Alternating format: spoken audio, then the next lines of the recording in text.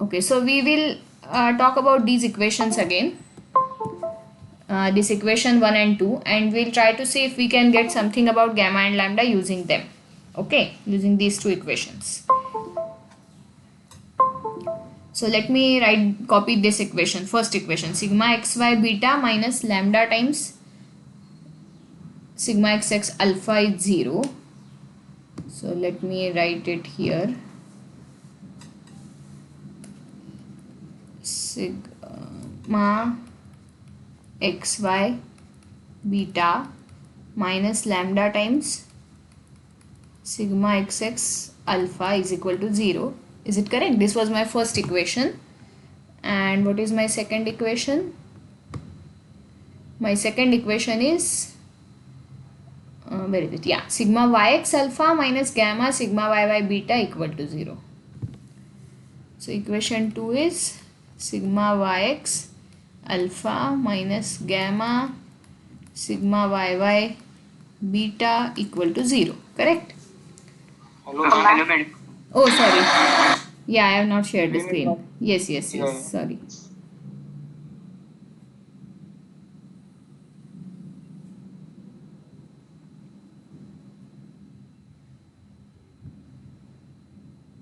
Okay.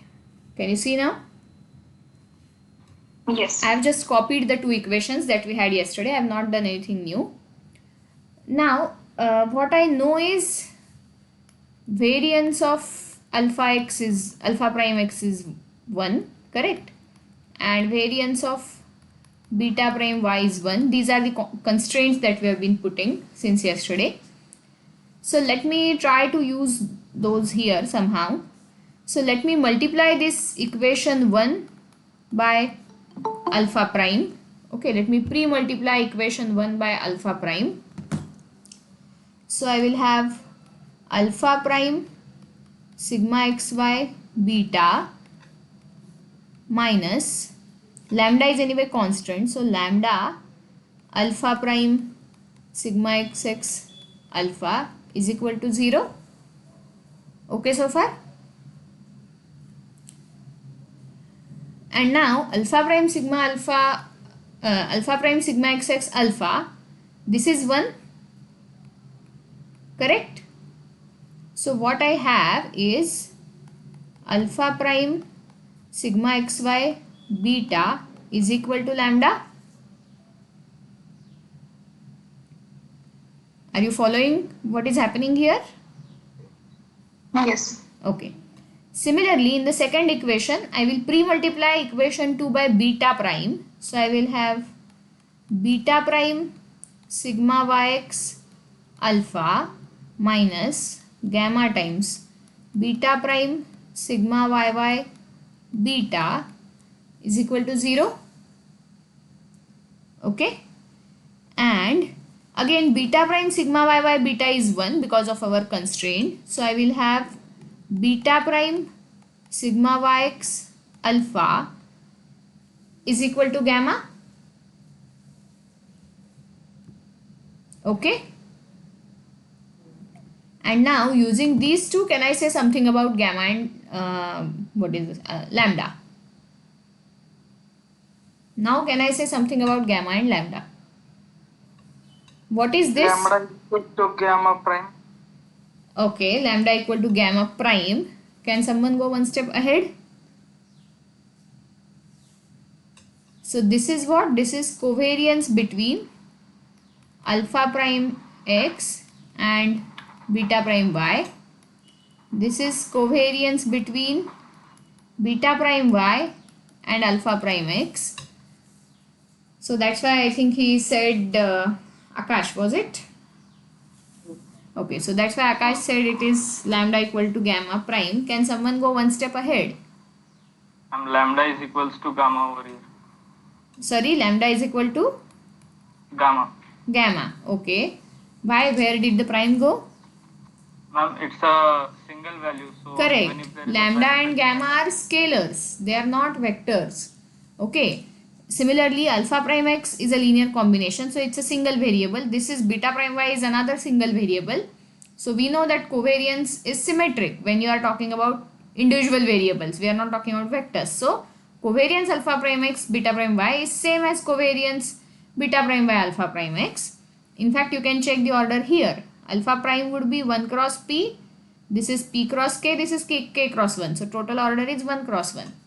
Hence, they are scalars. So they are transposes of each other, means they are actually same.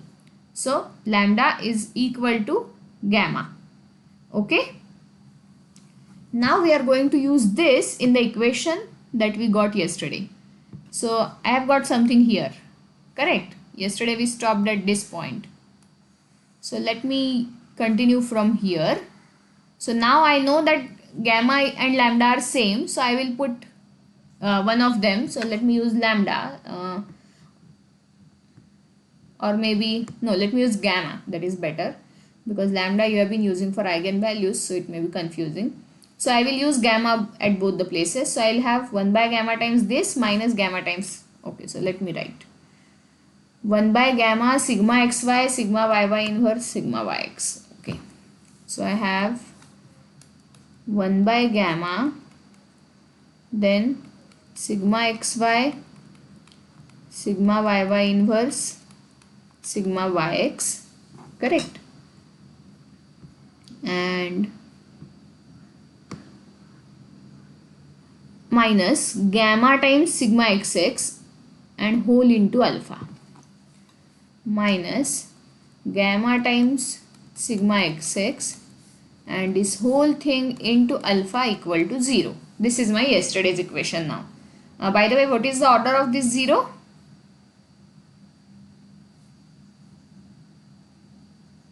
Gamma cross 1. Gamma cross 1. Gamma can be fraction. Gamma need not be integer. We have not yet found out the value of gamma. Gamma is covariance now. What is the order of this 0? P cross 1. P cross 1. Okay, let me check. This is P cross K, K cross K, K cross P. So this entire matrix is P cross P. Similarly, this is P cross P. P cross P into alpha is P cross 1. So the order of 0 is P cross 1. Okay. Okay. Now, what I have is, let me multiply throughout by gamma, because you know denominator, having something in the denominator generally makes people uncomfortable. So let me multiply throughout by gamma. So I will have this minus gamma square sigma xx times alpha is equal to 0, because right side is anyway 0. Okay, so it's the same equation. I have not changed anything. I have just multiplied both the sides by gamma. Okay, so now let me call this entire thing in the bracket as M. So M is a P cross P matrix. So I have M times alpha equal to 0. Correct? This is the system of equation from which I have to find alpha. Am I right? My interest is in finding alpha, and of course my interest is in finding gamma also. Why gamma? Because gamma is the covariance value. So gamma will give me the correlation. We have seen that our entire aim is to find canonical correlation. Everyone with me so far? Yes, ma'am. Okay. So have you seen this type of equations in linear algebra? Ax equal to 0. You have studied this, right? What is this called as?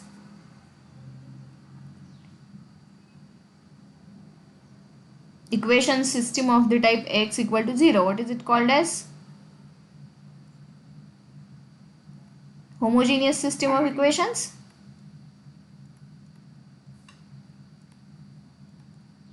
You have not heard this word?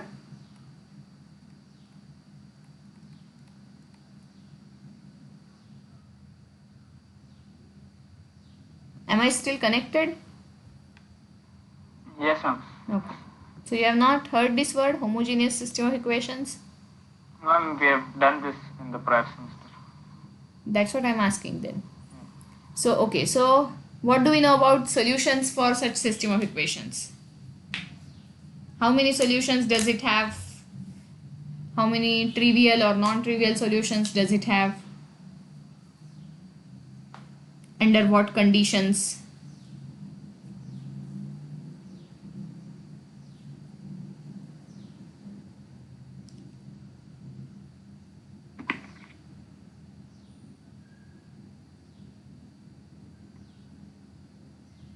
if M is full rank, then it is trivial is 0.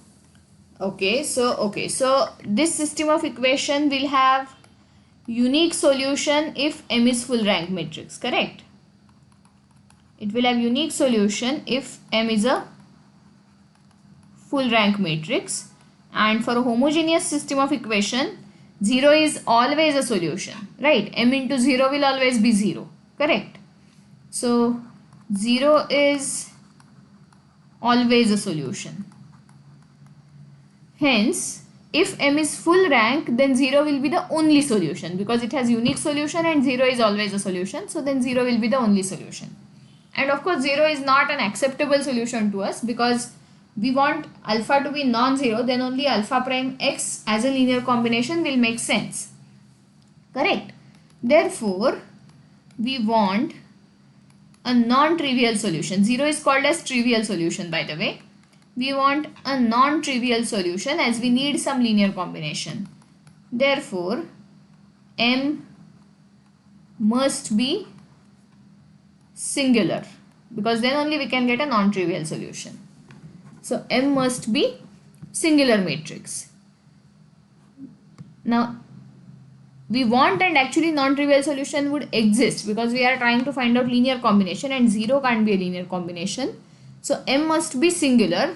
So M is singular means determinant of M is 0. So let me write. So what is M? M is sigma xy, sigma yy inverse, sigma yx, then what was there? Minus gamma square sigma xx, minus gamma square sigma xx equal to 0. M must be singular, so I have written determinant of M should be 0. Okay, then only I can find some alpha which is non-zero. Okay, now let me try to modify this further. So we know some properties of determinants. So let me multiply on both the sides by determinant of sigma xx raised to minus half. Why? The reason will be clear in a minute. Sigma yx minus gamma square sigma xx, and again I will multiply here also sigma xx raised to minus half. Right hand side will still stay at 0 because multiplying anything by 0 will be 0. By the way, this 0 is now a scalar 0. Okay, this is 1 cross 1 because I am now taking determinant. So I have a single value on left hand side also.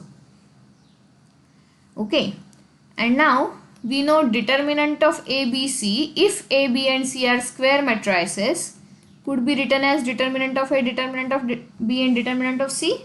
Am I right? If A, B, C are square matrices, I can do this. Is it okay? Yes, ma'am.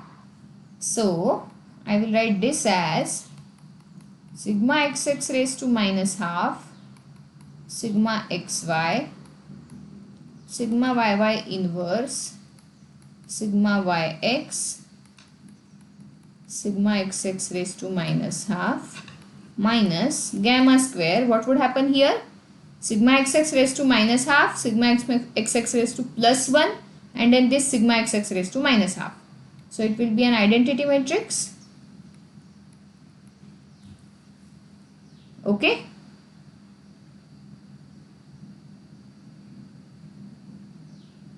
Okay so far?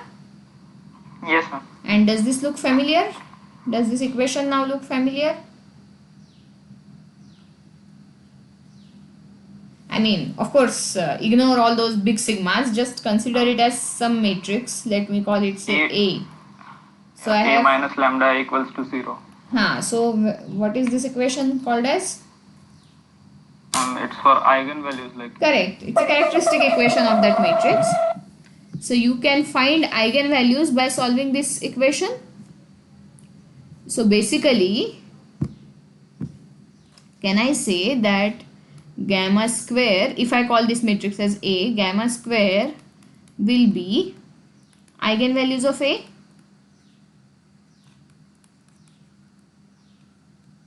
Am I right? Yes, ma'am. Okay. And what I am interested in is gamma, because gamma is the covariance between alpha prime x and beta prime y. We have seen this at the beginning of the lecture today. And we also know that variances are 0. So gamma is also correlation between alpha prime x and beta prime y. Okay. So canonical correlation will actually be square root of eigenvalues of A. Is it okay? Therefore, canonical correlations between x and y will be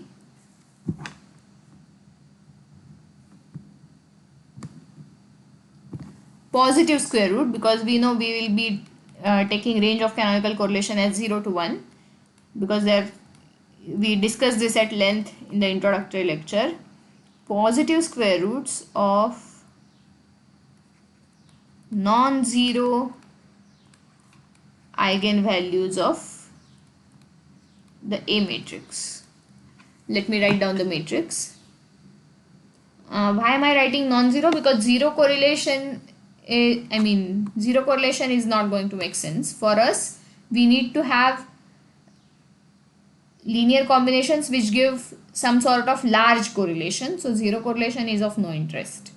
Okay, so sigma xx raised to minus half, sigma xx raised to minus half, sigma xy, sigma yy inverse, sigma yx, sigma xx raised to minus half. Correct? This is my A matrix. Let me confirm. Yes. So, canonical correlations between x and y will be positive square roots of non-zero eigenvalues of this matrix. Okay? How many eigenvalues would this matrix have? How many eigenvalues? Okay, not necessarily non-zero. I am asking how many eigenvalues would this matrix have? P, correct. And out of that, whatever is the non-zero number of eigenvalues, we will have those many canonical correlations. Now I have another homework for you. So we did this entire exercise. We reached here by eliminating the term containing beta. So now you do reverse. By eliminating the term containing alpha from equation 1 and 2, derive the formula for canonical correlations. Derive the formula for canonical correlations. What you get is actually equivalent. So you would get that canonical correlations are positive square roots of the non-zero eigenvalues of, you will get reverse. So sigma yy raised to minus half. I am writing the final answer so that you can verify. Sigma yx, sigma xx inverse, sigma xy, sigma yy raised to minus half. This is what you would get. So similar to this, but instead of this matrix, you will get this equivalent matrix. And rank of this matrix is k cross k. Okay. And now, one more question. So I said that by one method you get this matrix, by another method you get this matrix. But ideally, in both the methods, we are trying to find canonical correlations. So our answer should not depend on the method. Correct? So what it means is that basically positive eigenvalues of both these matrices are same. Okay. So let M be the number of positive eigenvalues. Let me call this matrix as B. I called that matrix as A, so let me call this as B. So let M be the number of positive eigenvalues of A and B. So first thing, the number is same, means both the matrices will have exactly same number of positive eigenvalues, and all those eigenvalues will be equal. So if lambda 1, let me write in ordered way also. So if lambda 1, lambda 2, lambda m are eigenvalues of A, positive eigenvalues of A, then they are eigenvalues of B as well. They are eigenvalues of B as well, plus all the remaining eigenvalues of both these matrices will be 0, if at all they are remaining. All the remaining eigenvalues of A and B will be 0. So generally, not 100% of the times, generally M is minimum of P and K. Okay. So if P is small, we will get A to be full rank. And we'll get all the eigenvalues to be non-zero, and B will have P eigenvalues to be these, and remaining eigenvalues would be 0. If K is small, then B will be full rank and A will have additional eigenvalues at 0. Okay. Why did I say generally? Because if your original X itself is singular, or if your original Y itself is a singular vector, then means if their variance coherence matrices are singular, then in that case M would be further small. So M would be less than both P as well as K. Okay. Otherwise M will be the smallest of them. Is it okay? Yes, ma'am. So given a vector X and vector Y, how do we find canonical correlation? We first compute sigma xx, sigma xy, sigma yx, sigma yy, all those matrices. Then we construct either this matrix or the second matrix, this matrix. We compute the eigenvalues of these matrices, one of these matrices, and then positive square roots of those eigenvalues will be canonical correlations. Okay. Our job is not yet over. By the way, this is also considered as one of the definitions of canonical correlations. Means this canonical correlations between xy will be positive square roots of non-zero eigenvalues of this, and arranged in the decreasing order. So the first canonical correlation will be the one with highest value. Second canonical correlation will be the one with second highest value, and so on. Okay. One more thing remains. I have not yet obtained alpha and beta. So we have not yet obtained the coefficients of these linear combinations. So again we will go back to this. Okay, this equation. So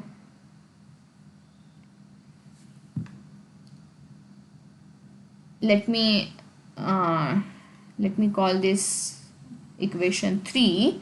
Let me copy equation 3 and we'll deal with it again. So sigma xy, sigma yy inverse, sigma yx. Sigma xy, sigma yy inverse, sigma yx minus gamma square sigma xx alpha equal to 0. Correct? This is the equation. Am I right? Yes, ma'am. Okay. So now we have already seen that gamma square is eigenvalue of some matrix. So let me try to bring that matrix here. So I have so far sigma xy, sigma yy inverse, sigma yx minus gamma square sigma xx alpha. Can I write this way? Can I write this way? Yes, ma'am. Okay. No, yes, ma'am. Yes or no?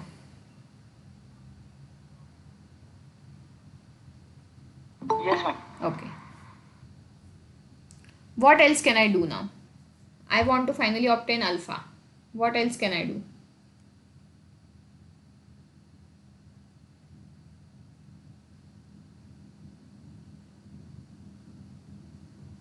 again re-multiplying by sigma xx raised to minus half.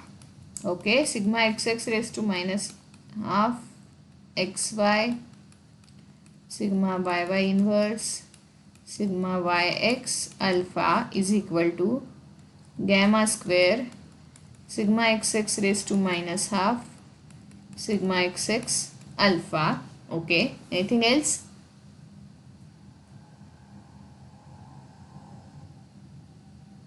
Can I bring in sigma xx raised to minus half here?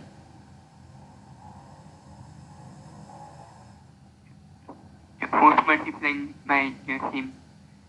Right now, post multiplication, would it be possible? Order wise. No. Then what can I do?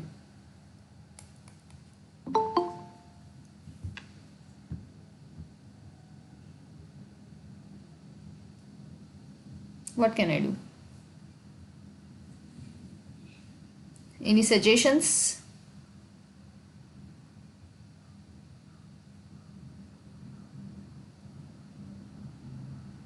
Now I know something about gamma, by the way, so I am allowed to use that, if that helps. Gamma square is eigenvalue of that matrix. So let me write it down here so that it is in front of us. Gamma square is eigenvalue of the matrix A. So A was sigma xx raised to minus half sigma xy sigma yy inverse sigma yx sigma xx raised to minus half. This I know. We are allowed to use this.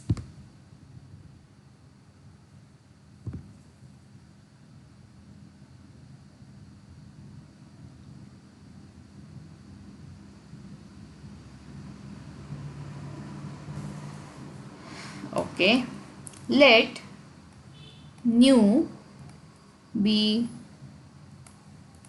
an eigenvector of this same matrix. Okay, let nu be an eigenvector of this same matrix. So I can write a nu equal to gamma square nu. Can I write this way?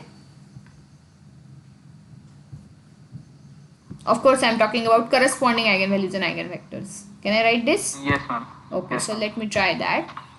So I will have sigma xx raised to minus half sigma xy sigma yy inverse sigma yx sigma xx raised to minus half times nu is gamma square nu. Okay, now what all do I have? So I have this, I have this. Can I make some things from here?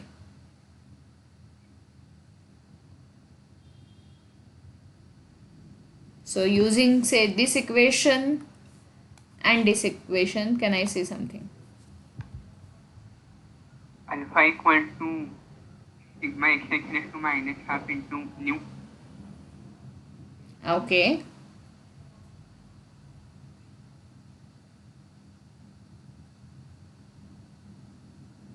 What about others? Do you also feel that way, or do you have something else?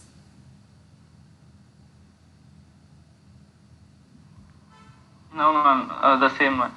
Same one. Okay, let me try that. So in this okay, so what did you say? Alpha equal to sigma xx raised to minus half nu. This is what you told me, right?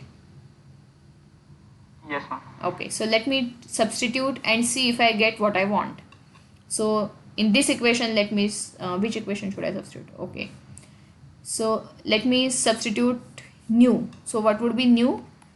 Nu would be sigma xx raised to half times alpha.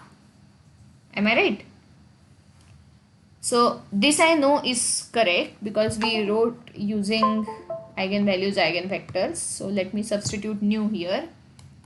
So sigma xx raised to minus half sigma xy sigma yy inverse sigma yx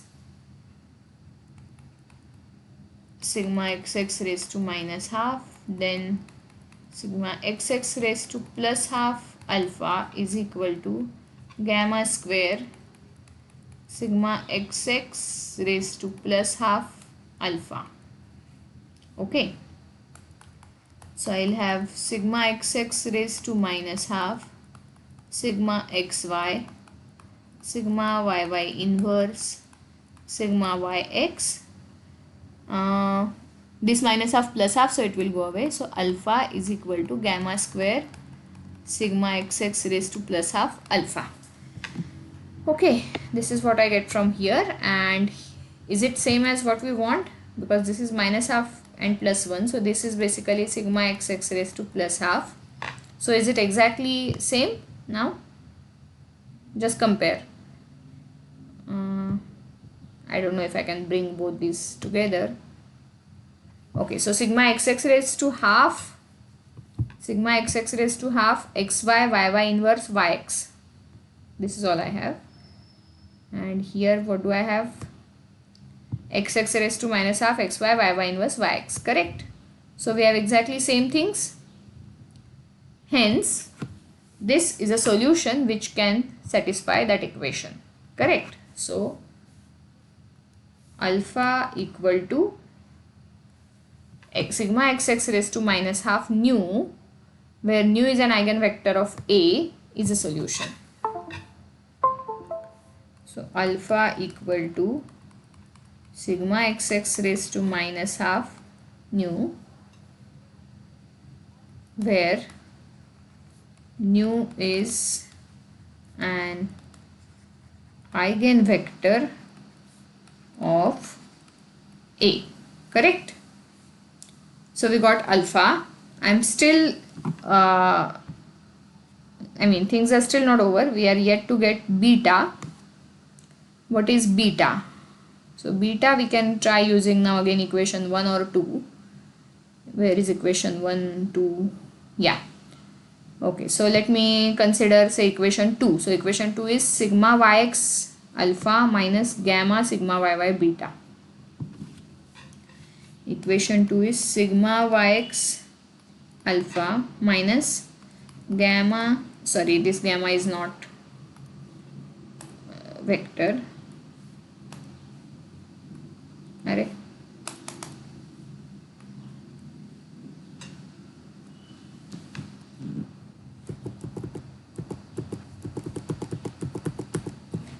Okay, gamma sigma yy beta is equal to 0. Now I have something for alpha.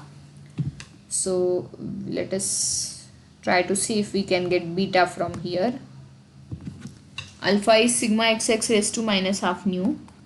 So sigma yx sigma xx raised to minus half nu minus gamma sigma yy beta is equal to 0. So let us try to, okay, so sigma yx sigma xx in raised to minus half nu is equal to gamma sigma yy beta. I want only beta, so let me pre-multiply by sigma yy raised to minus 1. So we will have sigma yy raised to minus 1 sigma yx. By the way, whenever you are doing these things, make sure you are checking the order so that you are not going wrong anywhere. So this will be gamma beta, correct? So beta would be 1 by gamma sigma yy inverse sigma yx sigma xx raised to minus half nu. Is it okay? Where nu is an eigenvector and gamma is the canonical correlation. Okay. So when you take first means largest. So when you take largest eigenvalue and largest eigenvector, you will get first canonical correlation. And you have to use corresponding eigenvector to get alpha and beta. Then you go for second largest eigenvalue and second largest eigenvector to get second canonical correlation and corresponding pair of alpha and beta. Is it okay? and so on. You will go till you have non-zero eigenvalues with you. Is it okay? So we have obtained formula for alpha, beta, and of course the canonical correlation. So this completes the derivation of canonical correlation and canonical variates. Alpha and beta will be called as canonical variates. So now we have the formulae. We have to further study properties of canonical correlation and canonical variates. We'll study those in the next lecture. I know this derivation seems a bit tedious, but believe me, it is not tedious, it's just lengthy. Okay, so if you have not followed it in the class, if you have not understood, please try to go through the notes again, go through the video again, and if you still have doubts, please let me know. Okay, I hope steps wise, I don't think there is anything tricky as such. Steps are pretty straightforward. The only thing is it's a bit lengthy, so sometimes people get people think it as difficult, but I feel that it is just lengthy. So if you sit down and write all the steps by hand, it should be clear. That's what I feel. But if you still have doubts, do let me know. So far is everything, does everything seem clear? Whatever we have done so far? Yes, ma'am. Okay. So then today I will stop here. So properties part I won't start today. In the next lecture we will start with the properties of canonical correlation. Okay. And you might have seen I have uploaded a lecture on properties of multivariate, not properties, introduction to multivariate normal yesterday. So as I had mentioned, we will keep the two tracks simultaneously running. So in the class, in the live class, we will continue with canonical correlation, and in the recorded lectures, I will start with multivariate normal. Okay? Okay, ma'am. Yeah. So do keep watching those lectures also, because that's also part of your syllabus.